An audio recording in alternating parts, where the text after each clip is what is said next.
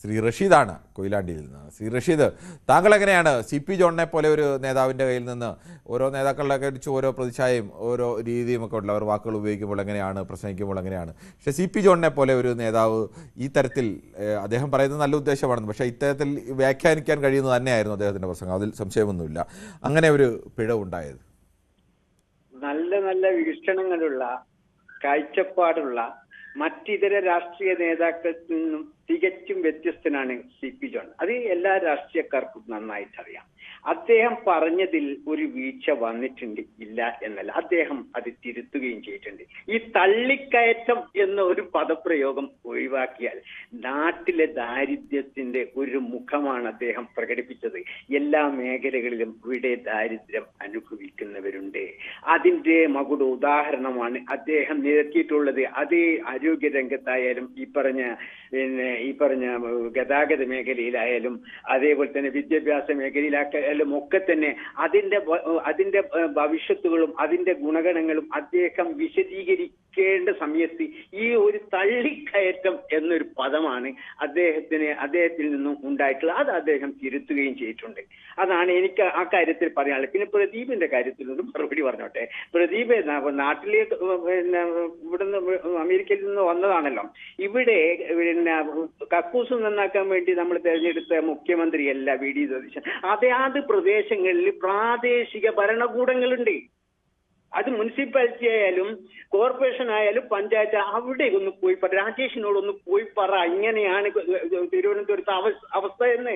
എന്നാൽ അതിനൊരു പരിഹാരം കണ്ടെത്തും. അല്ലാതെ VD സതീശനല്ല ആ അവസ്ഥ മാറ്റേണ്ടത്. VD സതീശൻ 2 മാസം കൊണ്ട് ചെയ്ത കാര്യങ്ങളുണ്ടല്ലോ, 5 കൊല്ലം ഒരു ഭരണാധികാരിക്ക് ചെയ്യാത്ത കാര്യങ്ങൾ ചെയ്ത് ആ ചെയ്തതിന്റെ ഒരു നന്മയെങ്കിലും പറയാൻ പ്രദീപ് എന്തുകൊണ്ട് തയ്യാറാകുന്നില്ല?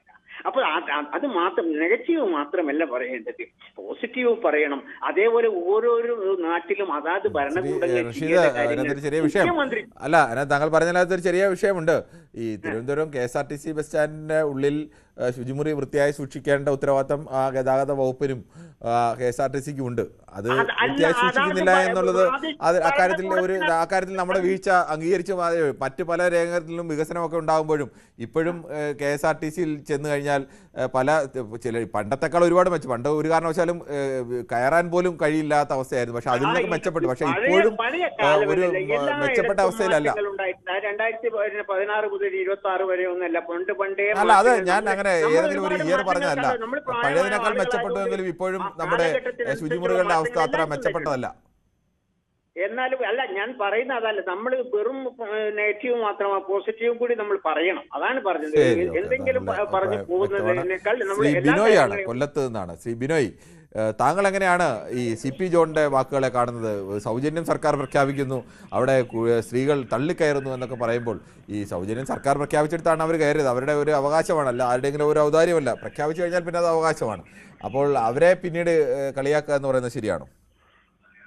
നമസ്കാരം കിരണേ. നമസ്കാരം. അദ്ദേഹം പറഞ്ഞതിൽ യാഥാർത്ഥ്യങ്ങളുണ്ട്, പക്ഷെ പറഞ്ഞത് ശൈലി ശരിയായില്ലെന്നാണ് എനിക്ക് പറയുവാനുള്ളത്. കാരണം ഈ ഗവൺമെന്റ് തീർച്ചയായിട്ടും ഇത് സ്ത്രീകൾക്ക് ബസ് സൗജന്യ യാത്ര എന്നൊക്കെ പറഞ്ഞാണ് വോട്ട് നേടി ഞങ്ങൾ അധികാരത്തിൽ വന്നത്. പക്ഷേ നമ്മളൊരു കാര്യം മനസ്സിലാക്കേണ്ടുള്ളത്, ഫ്രീ ആണ് എന്ന് പറഞ്ഞ് എല്ലാവരും എല്ലാം യൂസ് ചെയ്യുന്നതിനോട് എനിക്ക് അസംതൃപ്തിയുണ്ട്. കാരണം ഇവിടെ ഒരുപാട് പേര് സൂചിപ്പിച്ചതുപോലെ ഇവിടെ 1,80,000 1,50,000 70,000 രൂപയൊക്കെ ശമ്പളം വാങ്ങുന്നവർ പോലും സത്യത്തിൽ ഈ പ്രിയദർശിനി ബസ്സിൽ യാത്ര ചെയ്ത് അവര് ബുദ്ധിമുട്ടിക്കുന്നുണ്ട്. അങ്ങനെയുള്ളവർ സത്യത്തിൽ അവര് ആ ബസ്സിൽ കയറി യാത്ര ചെയ്യാതെ ഇത് ഒരു പുതിയ ഒരു സമൂഹത്തിനെ, അതായത് ഇല്ലായ്മപ്പെട്ട ഒരു സമൂഹമുണ്ട്, അവർക്ക് വേണ്ടി അവര് കൂടുതൽ ഉപയോഗിക്കട്ടെ. 10,000 20,000 15,000 രൂപ ശമ്പളം വാങ്ങുന്ന ആളുകളുണ്ട്. അവരതിൽ യോഗ്യരാണ് കയറിപ്പോകാൻ. നമ്മൾ ഉള്ളവരെന്ത് ചെയ്യണം? പൈസ കൊടുത്ത് ഉള്ള രീതിയിൽ യാത്ര ചെയ്യണം.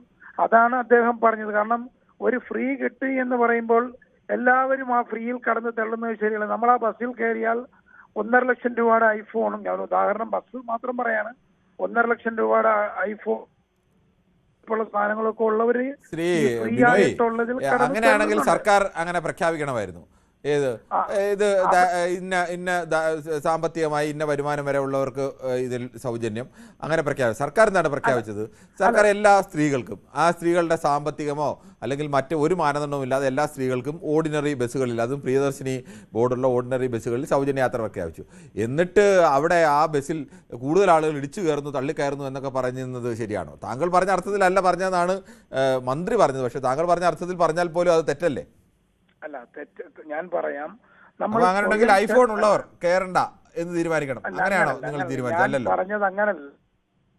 ഈ നമ്മളുടെ സാമൂഹ്യ, അതായത് വരുമാനത്തിൽ താഴെയുള്ള ഒരുപാട് ആളുകളുണ്ട്. അവര് ഈ പ്രിയദർശിനി കാത്തു നിന്ന് തള്ളി കയറിപ്പോയേ അവർക്ക് പറ്റുകയുള്ളൂ. കാരണം അവരുടെ വരുമാന സ്രോതസ്സും വരുമാനവും അങ്ങനെയാണ്.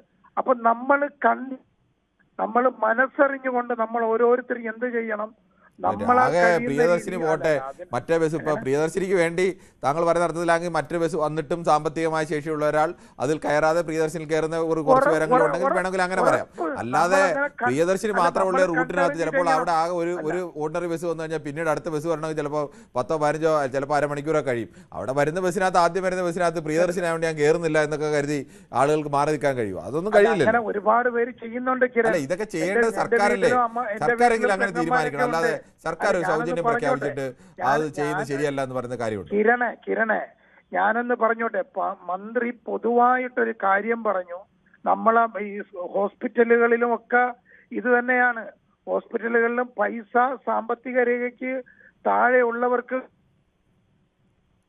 ശരി, ഓക്കെ. ശ്രീ രാമകൃഷ്ണനാണ് തിരുവനന്തപുരത്ത് നിന്നാണ്.